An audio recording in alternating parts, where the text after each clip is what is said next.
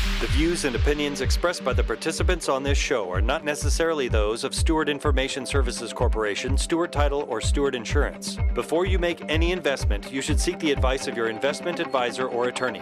Whether you're a real estate broker, realtor, homeowner, buyer, or seller, everything matters when it comes to real estate. This is Real Estate Matters with Stewart Title. Stewart Title's Bill Napick and guests open the door to what really matters in owning, buying, and selling real estate. And now, Real Estate Matters with Stewart Title, brought to you by Stewart Insurance. Here to inform, entertain, and inspire, Bill Napick. Welcome to the show, Real Estate Matters with Stewart Title. I am your host, Bill Napick. A tremendous show today as we cover so many topics on this show. Of course, we will have a real estate professional. We will talk about wealth management as it relates to real estate.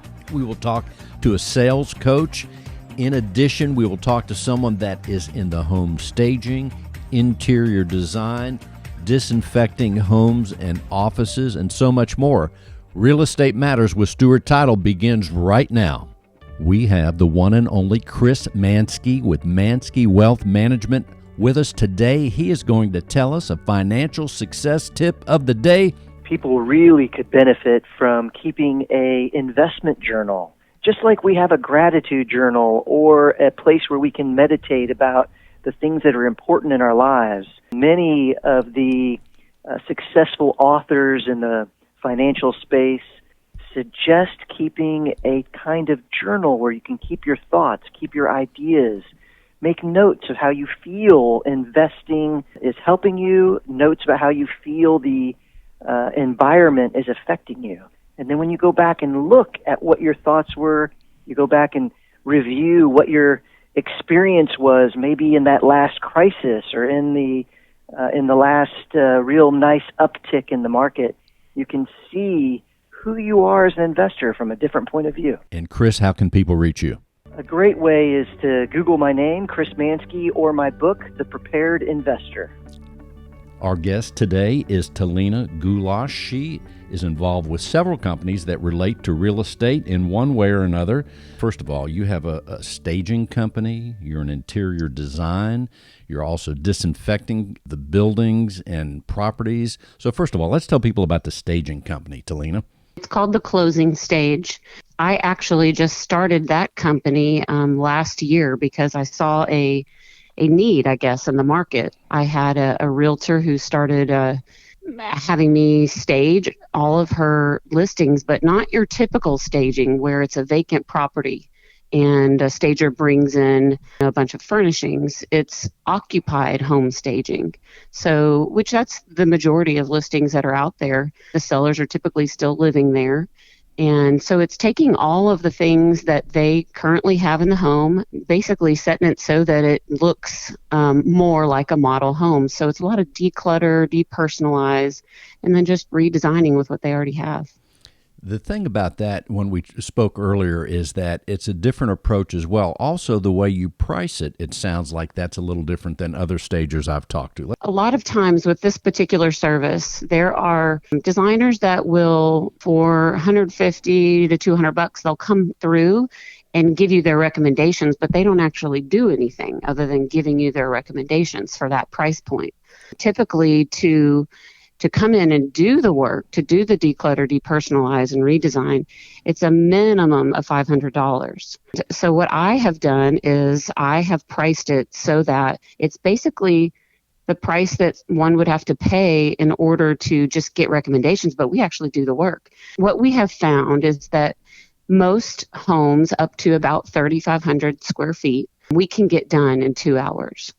And that's actually doing the work. So, and the price point for that is set to encourage listing agents to use our service on every single listing. So if the listing agent pays for it, it's $199. And that's for 2-hour service. It's up to them if they want to add more time, add an additional hour, say if the home is larger or if they know they just have a lot of things. But it's up to them if they want to do that. Otherwise, it's 2-hour minimum for $199. If the seller is paying for it, then it's $249. What we have done is basically we've priced it so that the agents will use us on every single listing. And so the ones that they really do see the value, they go into listing appointments saying, this is what I do for my clients. I provide this service. And it's what sets me apart from any other agent that you may be interviewing for this listing. And if we can't get something done in that 2 hours, then we just kind of leave the homeowner with a little bit of homework. But for the most part, we can get it done. So let's walk through that a little bit. That sounds incredible, actually. So for the agent paying you, and I could see at this price, especially if you're getting the results, the agent is going to say, hey, I'm going to offer this as part of my service. So let's say for that $199 or $250, what happens in that 2 hours? Are you taking furniture out? You're decluttering, placing furniture in a certain way, or what? Yeah, that's a good question. So usually what happens when I arrive, I go through and I just take all the before photos first from all the different angles. And then I tell the homeowner, I pick a spot, wherever that may be in the house, and I say, I'm going to put a bunch of stuff right here in this one spot, but don't touch it because I will probably reuse it somewhere else. So I start kind of decluttering and depersonalizing, a lot of family photos and things like that. I take a lot of those things down. And I always explain to them, we want any potential buyers to come through and envision their family photos on this wall. And otherwise, they can sometimes get distracted with too many things being in the space. So I start taking it all down so it feels a little bit more of a blank canvas for me. And at that point, I do often start rearranging the furnishings. Sometimes it's just because it might be better positioned and I see it differently than how they might have had it set up. Sometimes I say, look, there's just too much furniture in here. We need to take this, oversized chair or whatever it is and put it out in the garage. If they have a storage unit, they can do that. But otherwise, if they don't, I just say everybody knows what a garage looks like. So we can put anything excess in there. But I want them to really focus on the space when buyers come through. But after I reposition furniture and whatnot, then I start moving the things that I've sort of taken down and putting in one spot. I start moving those items back, and I might use them in different places around the house and just kind of making it look more like a model home. So there's not too many things in the space. What happens is when buyers come through and they see so many different things, it's almost like information overload in their brain. So they can't really see the space. A lot of times they can't see beyond all of the things that the seller has. So a lot of times it's just minimizing a little bit. So there you go. That's just one of your businesses. In fact, that just sounds like a great approach, something refreshing and new, priced right. The website is theclosingstage.com. I'm on the site right now, theclosingstage.com. Sounds like that may have been a result of your being an interior designer for some time. So I have been in interior design and or building and renovation for about the last 11 years. I actually started on the construction side of things, but then realized that I had kind of a knack for the interior design. And so it just started that way. And a lot of times, most of my clients, they find me because of the interior design side. They want help either with furnishings, or it could be, looking to redo a kitchen or a bathroom. And, when homeowners are going to spend that money on their home, a lot of them, they want to make sure they're doing the right things. They're making all the right choices. So they look for a little bit of assistance with that. So I will help them pick finishes, cabinetry. A lot of times they buy the cabinetry directly from me because I do sell a line of cabinets as well. But I help them pick everything, in the space. And then from there, a lot of times, they ask, do you have a contractor? Do you know anybody that I could get to do the work? And then, of course, that's me as well. I am the contractor 99% of the time on my designs. So there we go. You have an interior design organization, The Closing Stage. You have a contracting arm of your world too. You are a real live mogul, Talena, tearing it up. And last but not least, to show the business skills that you have, and also being nimble, which is an excellent thing for real estate professionals out there and anybody else. You also came up with a company that is in the disinfecting business. Let's tell people about that real quick. So our recent company, because of the COVID-19 concerns, we do remediation in our construction business. So it was an easy step to figure out, hey, how can we disinfect businesses. And also, a lot of times buyers and sellers are asking for homes right now to be disinfected before they move in. So we are doing that as well. And we use a product that is EPA and CDC approved to kill the COVID-19 virus. And that company is called BioSafe Tech. Okay, so you have, I love this, BioSafe Tech, interior designs by Talena. In fact, the website there is interiordesignsbytalena.com. BioSafe Tech, Asher Building and Designs, that's the construction arm. So that's incredible, Talena. You and the team are doing incredible work covering so many bases. Thank you. Well, let's tell people, if they want to reach out to you by phone, what should they do? So if it's for BioSafe Tech, you can call 877-KILL-VIRUS. That's the phone number. Otherwise, you can reach me at 832-262-5379, and that could be for all three other businesses. Let's tell the kill virus number again. That sounds like fun. One more time. That's 877-KILL-VIRUS. All right, people can remember that, or they can call you at 832-262-5379, and certainly Interior Designs by Talena.com and theclosingstage.com. You're there, all the great websites. Talena, before we close out, a last thought? I just hope that some people that have realized that we have plenty of services that we can help them with. If they have anything to do with real estate, I can help you. One quick word on success in balancing so many categories of your business life. How do you do it? Planning. Scheduling. I think it's important. I never go into a day not knowing what it is that I'm going to do because I try to plan it out the day before. You're organized, right? Yep, you have to be. There you go. Talena Gulash at 832-262-5379. Now on Real Estate Matters with Stuart Title. Thank you, Talena, for being on the show. Our guest is now Chris Manske. He is with Manske Wealth Management. Chris, welcome to the show. So great to talk with you, Bill. Thank you for having me. There are so many things to think about. When we think about real estate, we think about our assets. Before we buy real estate, we collect and take a snapshot of what we have, especially if there's a lender involved. But when we think about the total picture, really it works hand in hand when we buy and sell real estate, and also when we keep our financial strength strong. You're helping people with that every day. Yes, I am. People come and they want to know financial planning. How does real estate affect their overall plan? It's not just stocks and bonds. There's also homes, second homes, rental homes. There's commercial real estate. And then there's things that are really unique to every family, whether they have a valuable piece of art or a fancy boat or even just, the teenagers' cars that now they need to figure out what to do with them. In your company, Manske Wealth Management, when you meet someone to talk about their financial goals and put that together, I would think real estate is part of the thing you talk about as far as how much they have. Maybe they have rental properties, maybe not. Give us an idea what happens when someone sits with you, they meet you and say, Chris, here's my story, here's where I want to go financially. How does that work? Well, I'd say the most common story is that they have a home. Home ownership is part of the American dream.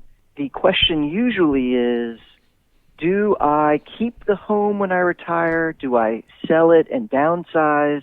How do I use this asset to help further my growth of my net worth? Should I have more real estate than just my, primary residence? Those are the kind of questions that usually come up. And as you can imagine, the answers are not simple, plain vanilla, it's the same for everybody. It really depends on individual situations, but I'd say those are the most common questions. What are some of the other things that we should think about when we think about our total net worth? And certainly there's tax consequences to, I guess, everything financially. So do you help people with those categories as well? Yes, we do help in those areas. I mean, if it has something to do with growing their net worth, we're pretty deep into it.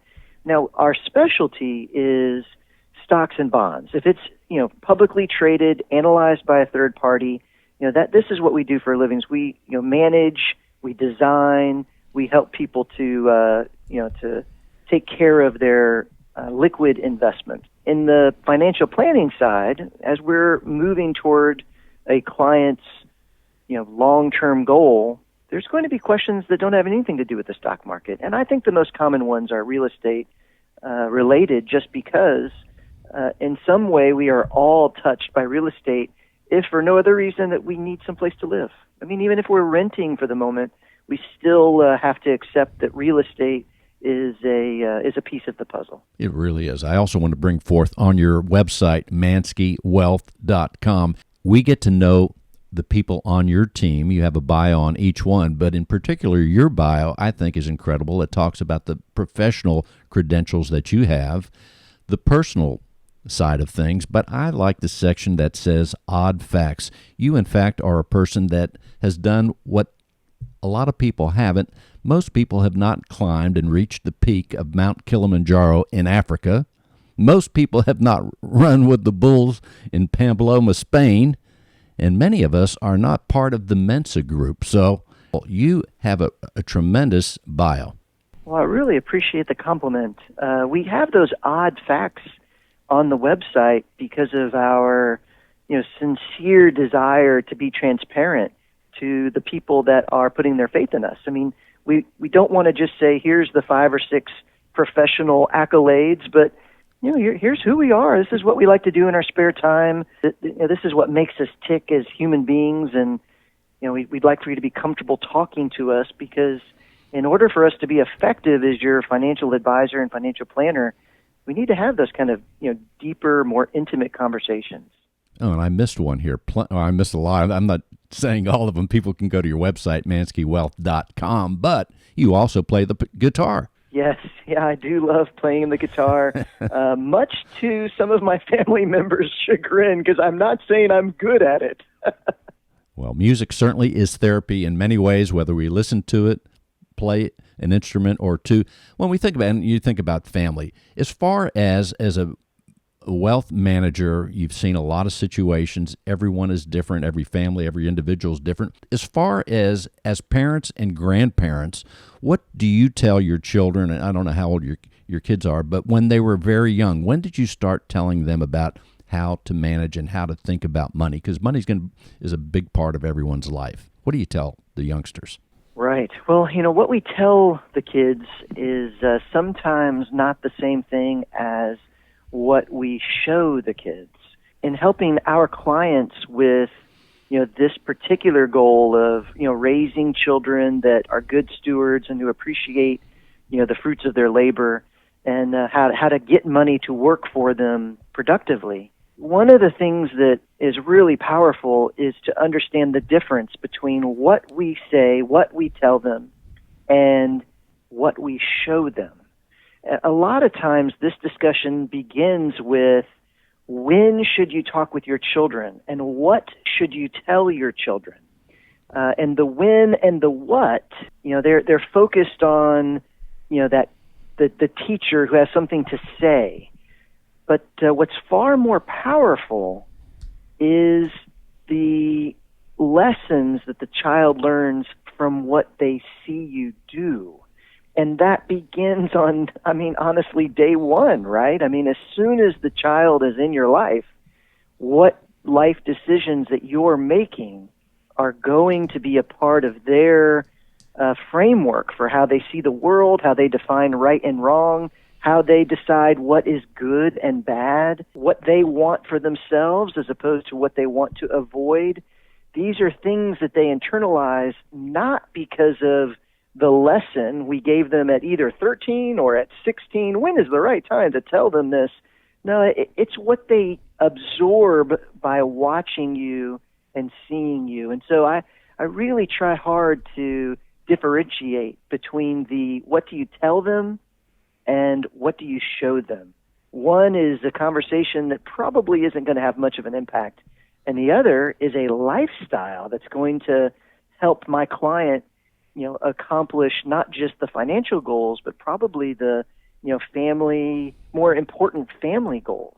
Real estate professionals that listen to this show, either at the time of broadcast here in Houston or after on the internet, are in different places. Here in Houston and other cities, there are realtors that are just making big commissions, doing really, really well. There's some that are just starting out. There's some people in the middle. But whatever it is, the real estate professional doesn't make a steady income all the time. That ties right into wealth management. How do you advise, and I would assume you have some realtors as clients, but how do you advise realtors to go where they don't know what they're going to make next month? It might be a lot, a little, somewhere in between. How do you advise them managing their money when it's up and down? It is a very common issue for real estate professionals. We do manage money for a number of real estate agents, and one of the things that we suggest, which happens to also be a major tenet in my upcoming book called The Prepared Investor, is that these real estate professionals do not take their payment and deposit it in their checking account. What we suggest is that, they look at all money they make, whether they made it as a commission or they made it as a worker in another job, or they made some money in a garage sale. I mean, it just doesn't matter where the money's coming from. All money that they make goes directly to savings. And that then from savings, they have a fixed amount that comes out for them to take care of their lifestyle, so that their checking account does receive a certain stipend, a certain amount every single week, every single month, every single 2 weeks, whatever timeline makes sense to them. It puts them in control of their lifestyle, where before they have to rely on the closing to come up with the income. Now what they're doing is they're relying on their own, hey, how much do I spend each month? Let's make sure that budget is real, that I'm staying within it, and it comes out as a fixed amount. So when you have that big commission, it's a lot harder for that money to kind of fritter away and disappear because it never even got into the checking account. It was immediately put into the savings account. Chris, you mentioned your upcoming book that people can pre-order on Amazon, I guess, and anywhere else, The Prepared Investor. Give us a quick word on that, and let's tell people how we can reach you before we close this segment. Okay, sure. The Prepared Investor is a book that's been compared to Malcolm Gladwell's Outliers.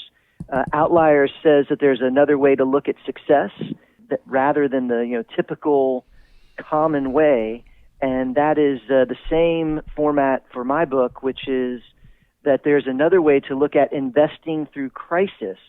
The common phrase we all hear is wait it out. Just be patient, don't make changes, crisis will hit and you need to ride it out. But there is so much more to that than just doing nothing. And this book asks people to look at investing through crisis differently because we can protect and even grow our net worth in the face of crisis. That is correct. In fact, in the title, it has one of my favorite words, that is be prepared. And in fact, the United States Coast Guard, that is their motto, Semper Paratus, always ready, be prepared. Right, Chris? Thumbs up. Be a prepared investor. Reach out to Chris at manskewealth.com. And let's give him the phone number, Chris. Sure, it's 713-581-1994. Again, that's 713-581-1994. Thank you so much, Chris Manske. In today's litigious society, it is imperative to have the proper insurance to offset the many risks facing your business, especially if you're a real estate broker. Your errors and omissions and cyber liability insurance can help limit the threat of these risks if you know what to look for. Not sure if your insurance addresses the risks facing your business? Contact Stewart Insurance to be confident your brokerage can withstand these risks. Stewart Insurance, 866-798-2827, stewartinsurance.com. That's stewartinsurance.com or call 866-798-2827.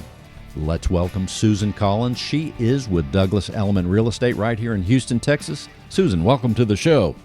Hi, Bill. How are you? Super awesome. You have a tremendous company. Let's tell people a little bit about Douglas Elliman Real Estate right here in Houston. Well, Douglas Elliman is a real estate company off Kirby, right there, Kirby and San Felipe, and they have been a real estate company for over 100 years. Right now, and doing business in Houston, but also your company has some distinctions that link it to the world in kind of a unique way. Give us a quick word on that. Well, we are linked with Knight Frank, KNIGHT which is the MLS for London, Dubai, Africa, for European area.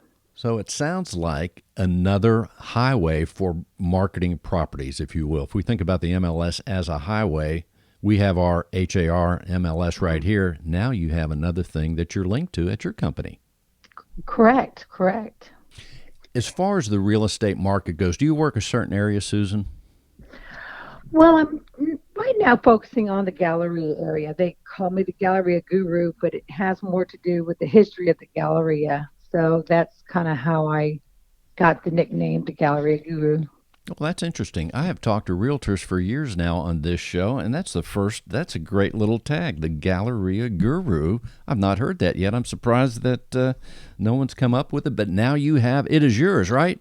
That is right. And let's take that Galleria area. It's an incredible part of Houston. In fact, uptown Galleria, one of my favorite parts. What's going on in the marketplace right now for buyers and sellers? Let's take the seller. If someone comes to you with a listing, what do you tell them about selling a property in that Galleria area? Well, depending on the price point, from what we're seeing after post COVID-19, 300 to 800,000 are still going strong.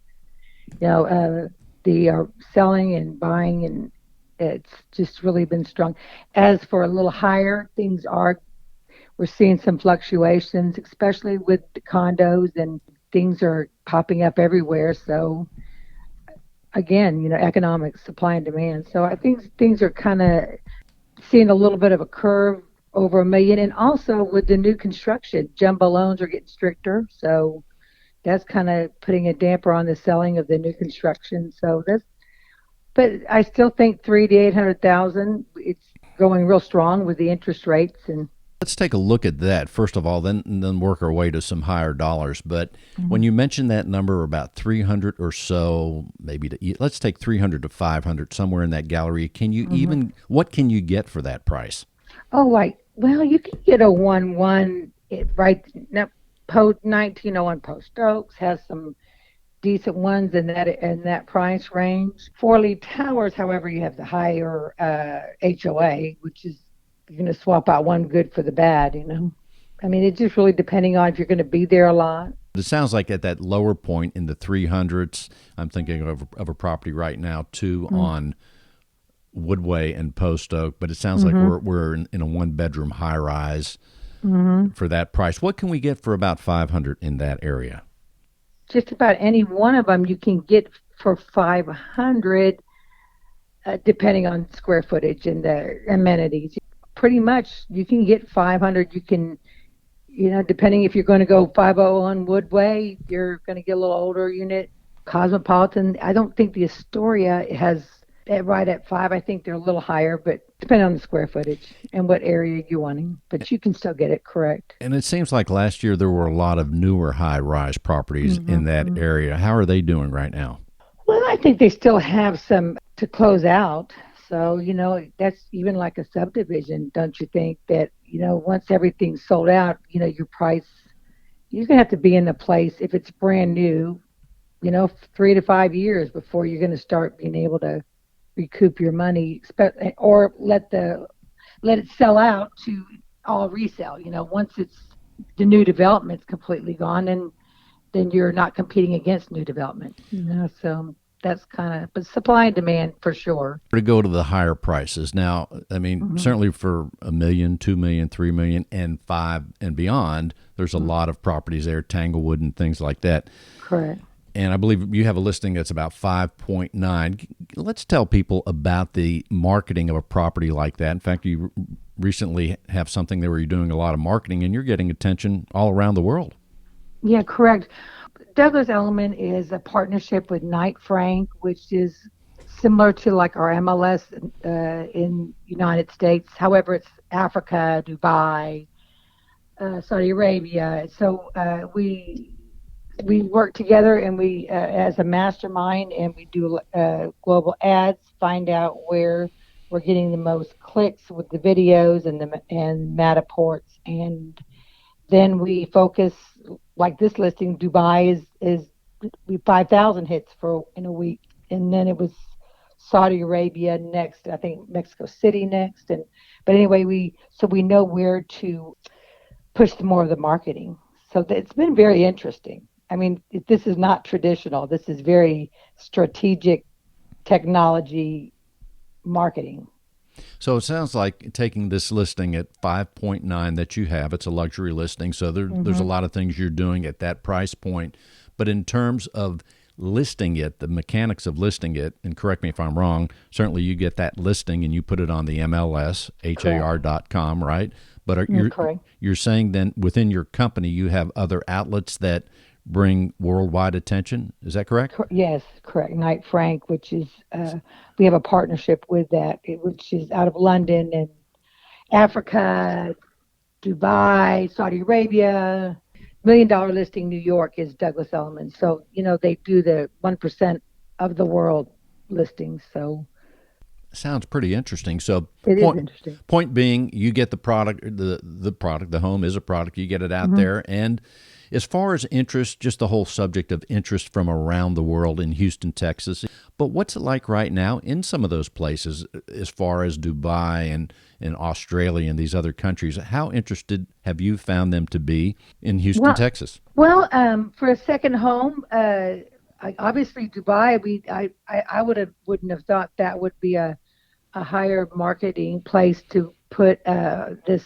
But of course, it's showing this. But I do believe the medical center here is going real strong. I know oil and gas is having its downturn, but it seems to always kind of come back around. So this is a good, and the price point, you get a lot more for your dollar here. So there is some room to have a second home here. And that's right. Even at 5.9 million, somewhere else that could be 15, 20 million. So depending on and everyone's perspective, that could be a super bargain. A little bit out of my range. I might need a few more radio shows to be calling you about that listing. However, so also before we close out this segment, what else would you like people to know about what you're doing or any other market conditions out there that you want to bring forth? Well, I just think that Houston is still strong with other industries, and I think that the Galleria is still a great place to be. And I agree with you. I think it's not only a great place to be for these past many years and decades, but I think future-wise, when we look at all the areas of Houston, you're absolutely right. That Galleria area is going to be incredible from here on, in my opinion. And Susan Collins with Douglas Elliman Real Estate, how can people reach you? 713-582-2255. And you have the advantage, Susan, of having a real easy name to remember, Susan Collins, Douglas Elliman. You can call Susan at 713-582-2255. It's that easy, right? Yes, it is. Thank you so much, Susan, for being on the show. All right. Thank you very much. We love to talk about sales, especially real estate sales, but we have a sales professional on this show that's involved with training every day, helping people in the complete spectrum of sales, helping business owners, sales professionals. He is with Silver Brick Sales Solutions. His name is Neil Benedict. Neil, welcome to the show. Thank you, Bill. It's a pleasure to be here. Sales is kind of an important part of life, and especially if you're a sales professional, it's a big deal, but we need to, like everything else, we need to be trained. Let's tell people about your company and what you do. We are a business growth advisory firm, a consulting firm that focuses almost exclusively on the sales discipline, and we are also Sandler licensed trainers, so we actually do a series of training classes for both individual contributor salespeople as well as sales management, helping every aspect of a sales organization getting better and being more proficient at the selling discipline. You're helping people, I would say, primarily in Houston, or does your business go beyond Houston? Well, we certainly have worked with clients beyond the Houston and metro area and even beyond the Texas border. So we're fairly flexible. We're being certainly supportive of anyone at this point in time, particularly as a lot of our training has gone virtual and a lot of our actual consulting engagements have gone virtual. So we certainly are open to working with clients wherever they are if they need our help. What are some of the things that people seek you out for? Are there certain challenges that they have or certain needs that they come to you where several people come to you and say, hey, this is a problem, I want to improve this or that? Yeah, a lot of times we work with organizations who believe they're usually doing fairly well. They're not organizations that are failing dramatically. There's nothing significantly broken about organizations we typically work with, but they oftentimes realize that they could be doing better. So they look at areas like sales and they say, how is our team needing to improve in order for us to hit our goals, this year, next year? What do we need to do to be able to get over that hump and get to the next stage of development and next stage of growth? And they look at really three broad areas: the people they have in the organization, the types of processes they use in order to sell effectively, and the various tools that they bring into the organization, both technology and non-technology tools, to be able to continue to focus on making sure they're turning all the dials, pulling all the levers to make sure that sales organization is one that's not only fit for today, but fit for the future. It sounds like you're helping individuals as well as business owners, sales managers, team leaders, things like that. That's absolutely true. We have a lot of people who are individual salespeople. They either run their own small company, their own small group. They may be focused on financial services. They might be real estate sales professionals, and they come to us, and when they know that they're doing well, but they want to continue to improve. They want to find new tools. They want to find new ways to engage with clients. They want to be able to do things like run a sales cycle much more efficiently. They want to be better at building bonding and rapport with the clients that they meet. And they come and speak to us and learn our system and our process and our program to be able to improve those areas of selling. So again, they're people who, again, feel like they're already doing pretty well, but they want that competitive edge. And oftentimes they'll come to us and say, get me to that next level, and we'll help assess where they are, and we'll put together a plan, and then we'll start to engage and make sure that they're learning the things that they need to learn, again, to be the best that they can be. When we think about the real estate professional, depending, and I don't know the exact number, 30, 40,000 people are licensed to be real estate salespeople here in Houston. And depending on the real estate professionals, some of them are working with companies that have tremendous sales training in-house already, and some don't. But sometimes that individual attention where we want to fine-tune our skills with someone like yourself, that also is important and complements the training that they may or may not already get. Yeah, I would say that's absolutely true. A lot of individuals who have built a foundation in some level of sales training oftentimes need to continue to learn new tools and techniques. The good thing is we're living in a time where, sales information, sales training is readily available.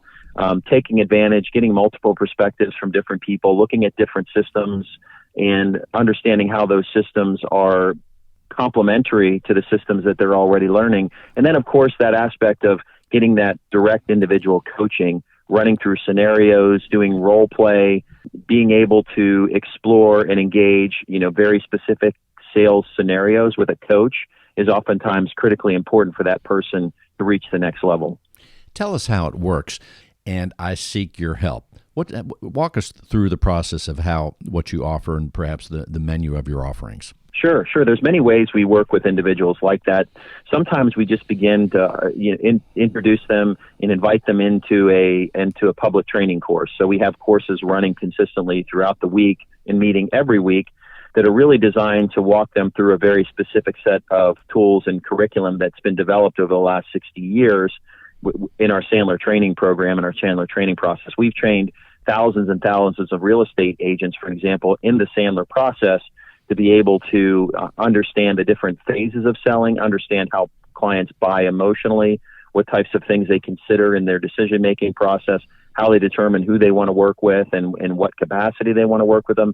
So we take them through basically a public curriculum that is really very much designed to help them learn the basics of a sales training program to either, again, augment what they've already learned or give them some training for the first time. That's one avenue and approach. A second is we bring them into training and then we become a coach for them at the same time. So we help them not only go through a fixed set of curriculum, but we help them do things like role play, walking through individual sales opportunities, helping to advise and give them advice related to next steps they need to take. We'll help them build things like their 30-second commercial. We'll help them build good, solid, what we call upfront contracts, which is really just a way to help manage the sales process so that there's no mystification between the two parties involved. We'll help them get into a deep conversation around individual conversation styles. Most times sales opportunities fall apart due to the inability to communicate effectively. So we'll teach them really strong fact-based methods for both understanding the person's communication style and being able to adjust their own to make sure that they're able to engage that individual at a level that that person wants to be engaged at. Again, we'll take them through that process as a secondary approach. And then the third approach really is they come in, they do the curriculum, they do the coaching, and then we act as a consultant. We'll help them build all the processes and the systems that they need and make sure that their sales process is very well defined specifically for their business. So there's multiple ways to engage. We almost never let people walk away, due to the fact that they can't afford it. We want to train and we want to engage as many sales professionals as we possibly can because we're very, very excited about the profession of selling, and we think that everybody can be better and represent the profession very, very well. And that's why we're so keen on working with people in any way that, we can. In fact, I don't know who said this, but I hear it every now and then, and that is, they say, facts tell, stories sell. And that made, when you were talking about it, made me think about the emotion of sales. That's a big aspect of it. In addition, when we think about residential real estate, it's in many times, not always, but a highly emotional transaction. As we think about families, husbands, wives out there, it can be very emotional. Well, yeah, the main thing I want people to understand is don't assume that, sales training is out of reach. Don't assume that you can't improve your skill set. Don't assume that you can't engage with a professional trainer like myself and be able to do that efficiently and effectively at a cost that you can afford. So my encouragement is really, investigate it, reach out to multiple sales trainers, understand the different methodologies. We're one of the many methodologies out there. And clearly we believe that what we do is somewhat unique from other people. But again, there's a lot of good things out there. There's lots of great books. But so again, if you don't do anything else, go online, search for the top 5 sales books, pull those off, start reading them.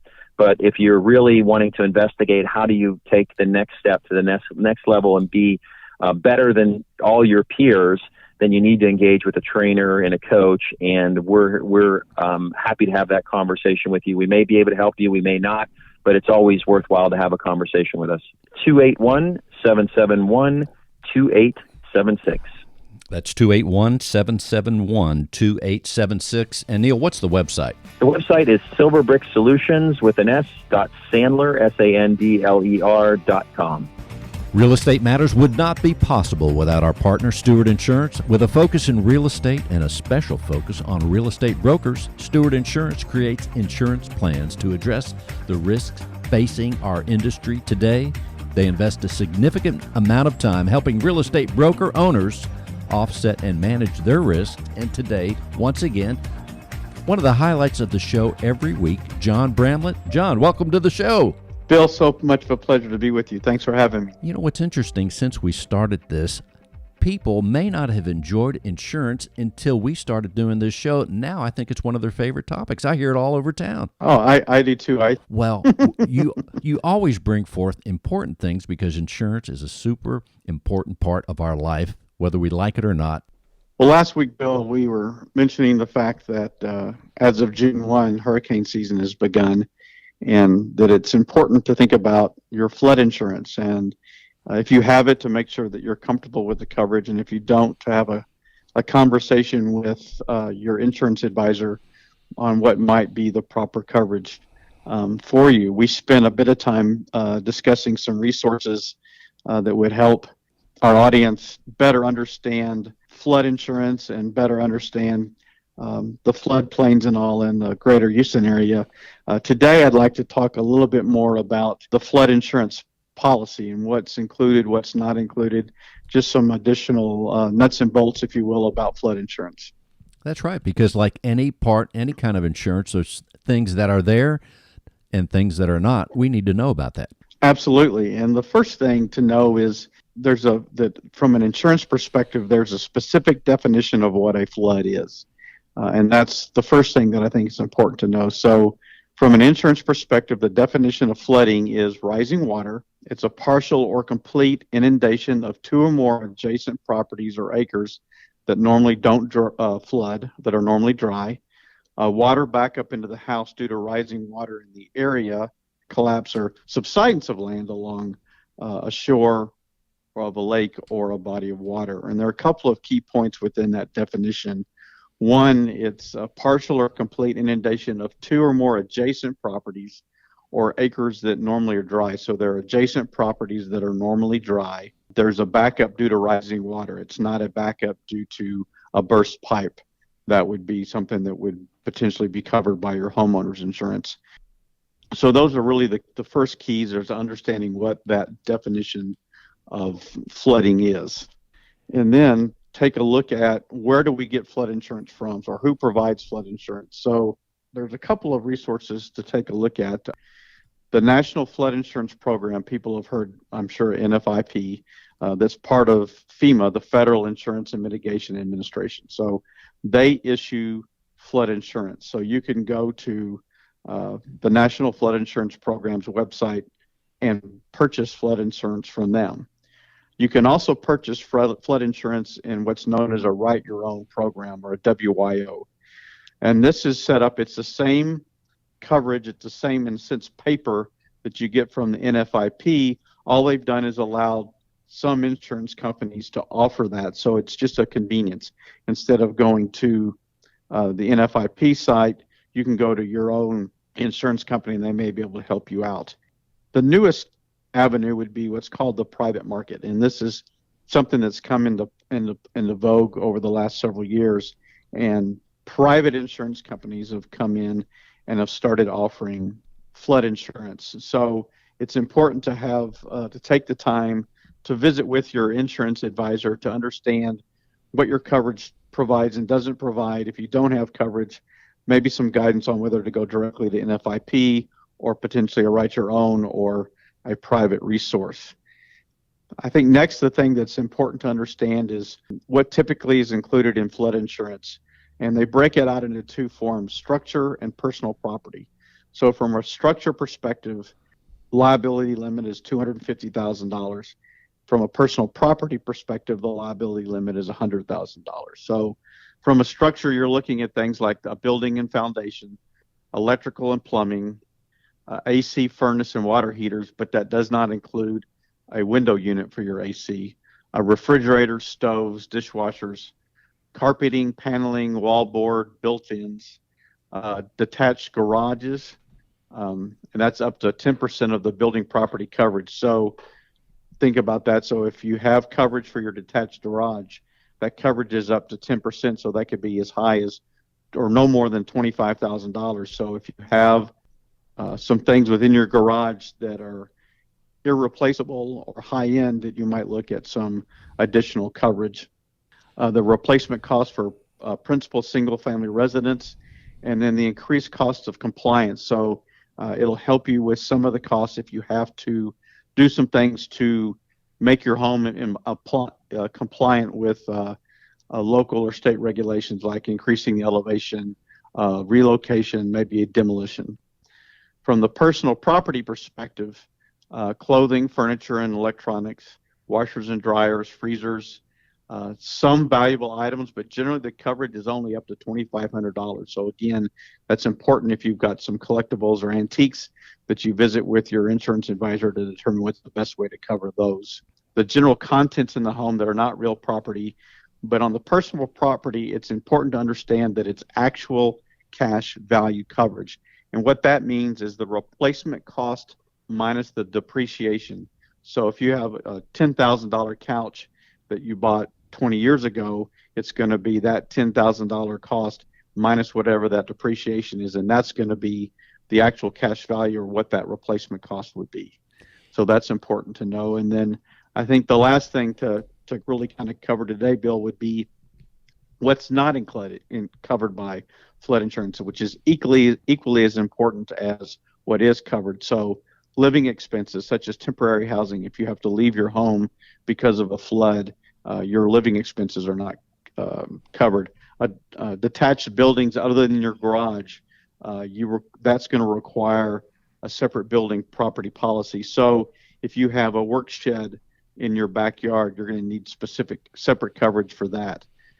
Any avoidable moisture, mildew, or mold. So if your home is flooded, the insurance company and the insurance adjuster are going to look to make sure you've done everything you possibly can to avoid any moisture damage, mildew damage, or mold damage. Have you run the air conditioner? Do you have fans working? Have you dried everything off? Have you sprayed things with ammonia? Those kinds of tasks. Trees, plants, wells, septic systems, walks, decks, patios, fences, hot tubs, and swimming pools aren't covered. Any financial losses due to loss of rent is not covered. So if you have an apartment over your garage that you rent out and it's damaged by flood, or you have a rental home that's damaged by flood and you've lost that rent income, that's not covered. And then, as we talked a minute ago, water damages, other than the rising water damage, is not covered by your flood insurance. So many things to know, and you mentioned the types of flood insurance that are available to people. Well, yeah, so there's really two. There's just a couple of options. So there's the NFIP coverage, which they can get directly through NFIP. They can go through us to get that coverage, or there's a Write Your Own, where some of the insurance partners will have the actual NFIP paper, that contract. It's just more convenient to go through your own insurance partner, and we can help them with that. And then the other option of the private sector, we can also help with that. They can give us a call at 866-798-2827. That's 866-798-2827. Let us know that you've got some interest in flood insurance, would like to learn more to see if your policy is properly insuring you. We'd be happy to have that conversation. And I highly recommend get flood insurance, especially here in Houston, anywhere in Houston. We've already had a lot of rain. They're saying it's going to be a tough hurricane year this season, so get the flood insurance. Besides that, it doesn't kick in for 30 days or so, right? I guess it depends on the policy, too. Well, that is correct. It depends on the policy. It depends on what's happening weather-wise, and then it depends on how you're buying it. If you're buying it just independently, then yes, there usually is a 30-day waiting period. If you're buying it as a part of a purchasing of a home or a refinancing of a home, then you may be able to eliminate that waiting period. But again, that's why it's so critical to have that conversation with your insurance advisor. And that's why I say call Stewart Insurance at 866-798-2827. You've been listening to Real Estate Matters with Stewart Title. Follow us on the iHeartRadio app. You can hear us there. You can also go to Stewart.com to hear past shows. Stewart.com/Houston. That is, all the shows are there, organized in a tremendous way.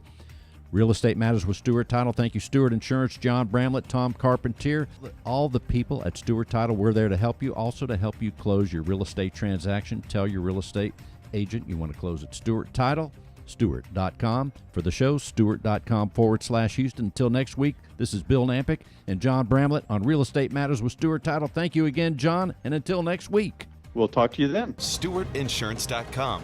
That's StewartInsurance.com, or call 866-798-2827.